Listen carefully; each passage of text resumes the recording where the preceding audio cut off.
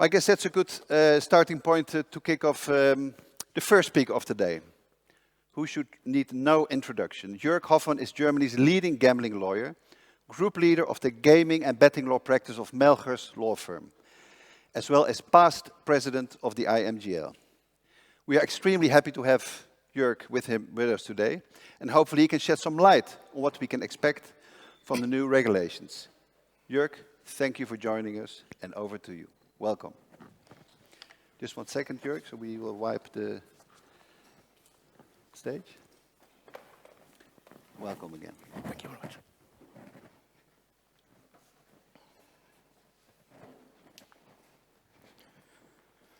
Good morning, and thanks for your kind introduction, Willem. It feels good to see people in person, and it's also good to know that there are many people outside on their screens participating in this conference. So very welcome. I'm happy to provide a small overview on gambling regulation in Germany.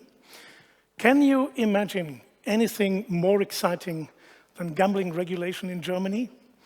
Always something new, a world full of surprises. And I can't think of a better timing for this conference than today. It's October 19th. If you imagine October 9th, October 15th, the beginning of a transitional regime. I will touch on this later. October 1st, the release of a circular of joint guidelines to regulators to specify the requirements for this transitional regime. And most surprisingly, October 9, the first granting of sports betting licenses ever in Germany if it comes to the online gaming sphere. These are very interesting, very exciting times. To make sure that we are all on the same page, I like to provide you that overview where we currently are and where we are heading to. So today, there is an interstate treaty which came into force on 1st of January this year. It's a third amendment interstate treaty. It provided for the sports betting license application, and it continued the total internet gaming ban. Next year, as of 1st of July, a new interstate treaty will be the succeeding model of the current one. We call it the Interstate Treaty 2021. And for the first time ever, this interstate treaty provides regulation for the online casino sector. But if I say online casino, please note what you understand being an online casino might be different to what the forthcoming interstate treaty understands. It will be a distinguished part of categories. So the classical online casino, the slot machines, will be newly defined as virtual slot machines. And they will be regulated under tight restrictions. No autoplay function, €1 stake limit, no jackpots, and a lot of transparency requirements for information for players, like players' history, self-banning system, player banning system, centralized banning system during the applicability of the new interstate treaty, and a lot of more things to protect players and to create more transparency. In between, we are right now. It's a period of transition where the online casino offers are still regarded as illegal, let alone the discussion on infringement of European Union law. That's not our cup of tea today. And as I said, virtual slot machines, there's something they call online casino, which we would understand as the online casino, but that is a specific license.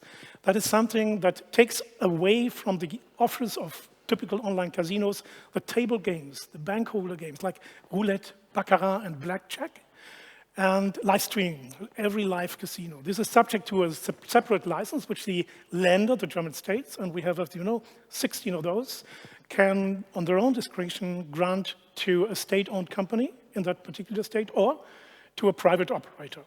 Probably, it's my estimation, we will end up with the land-based casinos being privileged in getting such license to operate the table games live and in person within their entities. But we will see. And then, of course, sports betting is regulated. We have seen that applications were granted. The regulation will slightly change under the new interstate treaty, a bit more specific, a bit more clarification on betting types.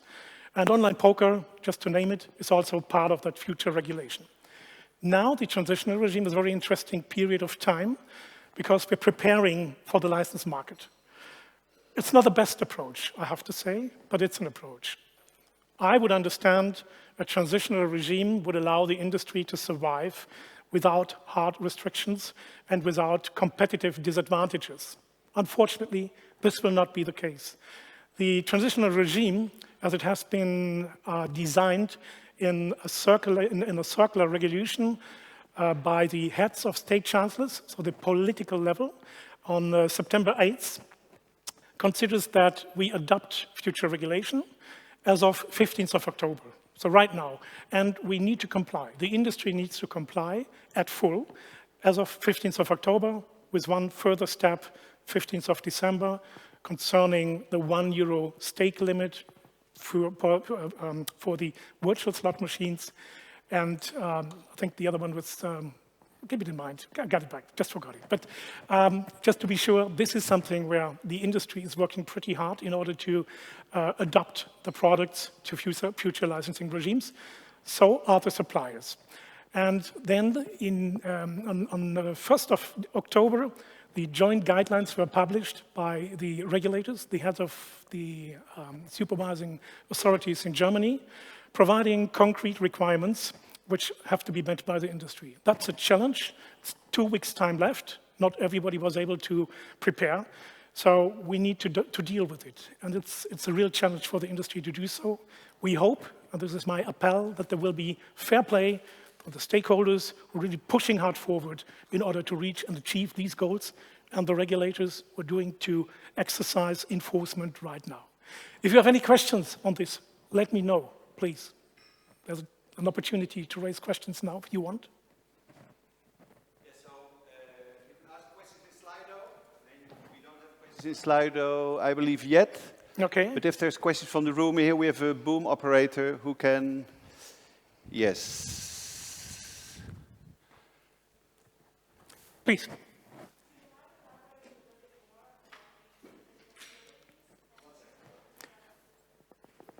We're just delivering a microphone because I'm not able to understand. Could you please state your name? Dina Niron from Della Sport. If you don't mind elaborating a little bit more about the transition period and the restrictions that are going to be imposed during that time.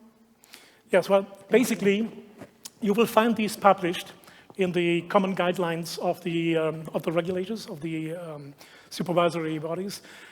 First of all, it's restrictions on the game types, which means like minimum spin duration of 5 seconds per game. Anna said it's €1 stake limit per game. It can be extended, but this is something which is on request, and that is not be possible during the transitional regime. Also, it's an obstacle that you will not find a responsible body where you can ask questions or where you can notify that you are compliant as an operator.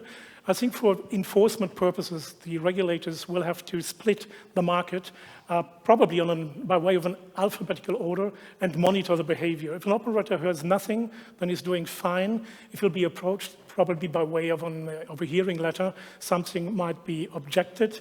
It's important to know that neither the circular resolution nor the common guidelines are a piece of law.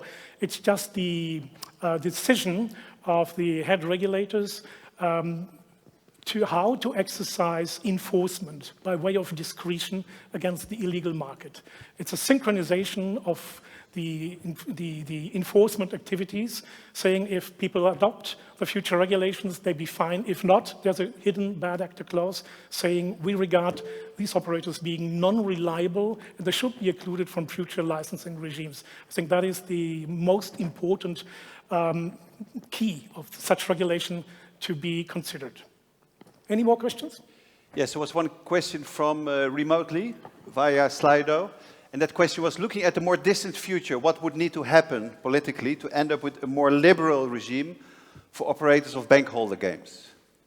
Okay, so we are referring to Section 2020C of the new Interstate Treaty 2021, which excludes the bank holder games from licensing regime for private operators. That's a very critical point, and it can be questioned legally, because what we see here is a regulation that on one hand creates a monopoly if a German state decides to grant this license to a state-owned company. And we have state-owned casinos in Germany in some lenders, and we have private-run casinos in others. Like here in Berlin, if you walk outside the door, walk across the street, you will be in front of the Spielbank Berlin. It's a beautiful casino in Berlin. It's one of the leading ones in Germany, and it's privately run.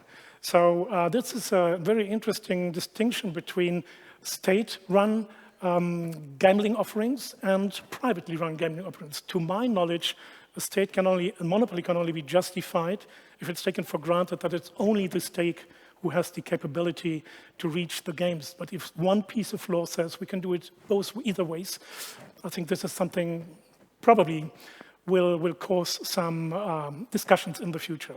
Politically, what can we do?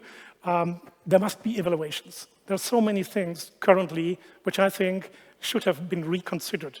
If you imagine the online casino games, the bank holder games, they cannot be legally offered during the transitional regime because they're excluded from private operators' business, and they can only be offered after the state has granted such licenses as of, at the earliest, July next year.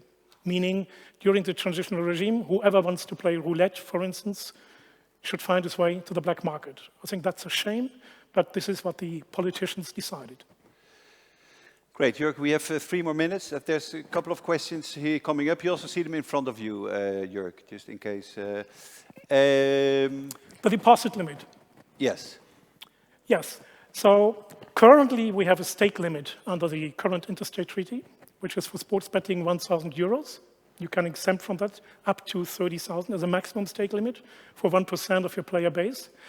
The next interstate treaty introduces a deposit limit, 1,000 euro. Theoretically, also upon request, an exemption is possible, but for the transitional period, there will most likely be no authority responsible and appointed to grant such exemption. For the time being, we can say for the transitional period, this 1,000 euro deposit limit is is operator or domain related, because we don't have that huge database available, which we need to get this done on a cross-operator base, which is designed for under the interstate treaty as of July next year. Exactly. Jörg, that's another question referring to something you just mentioned, the black market. What do you think this new regulation effect will be on the channelization rate in Germany? I think this could be a disaster, because now those operators who comply, they do have a really huge competitive disadvantage if the enforcement cannot protect the compliant business from black market operators. And my take is this will be a challenge that nobody can handle. So if someone wants to, sports betting for instance, if someone wants to stake 100,000 euros a month, there are people who do so, who can afford it and have no problem gambler's background. They have no chance to continue with those supervised and licensed operators. They will need to go outside. Curaçao is very happy, I assume. So this is one of these places. If you want to avoid 5 minimum spin duration, I have in mind that when Schleswig-Holstein introduced this requirement years ago, overnight, maybe around 50% of the traffic went away to the black market and never came back. Yeah. Quick last question, Jörg, and then we're wrapping up this session. What happens if we, that's somebody asking, I assume an operator, are only compliant with the transitional regime in a few weeks' time? Which one was it? The second one, sorry. Any concrete application with a defined problem? No, it's not. That's the surprising message. No. You think it's kind of a regime, so you can send an application. No, you cannot. You simply have to adopt the requirements, implement them, and hope that you're doing fine. It's very complicated because the guidelines and the pieces of law are not so clarifying. If you hear something from the regulator, you're doing something wrong, and then you know who's responsible, which land, and this could be very different. If you don't hear, as I said before, you're doing everything fine, and your advisors did a great job. Great, Jörg. Thank you for this introductory session. We'll hear more from you in 10 minutes' time when we do the IMGL sessions. For now, thank you very much. Looking forward to speaking again. Thank you very much. Thank you.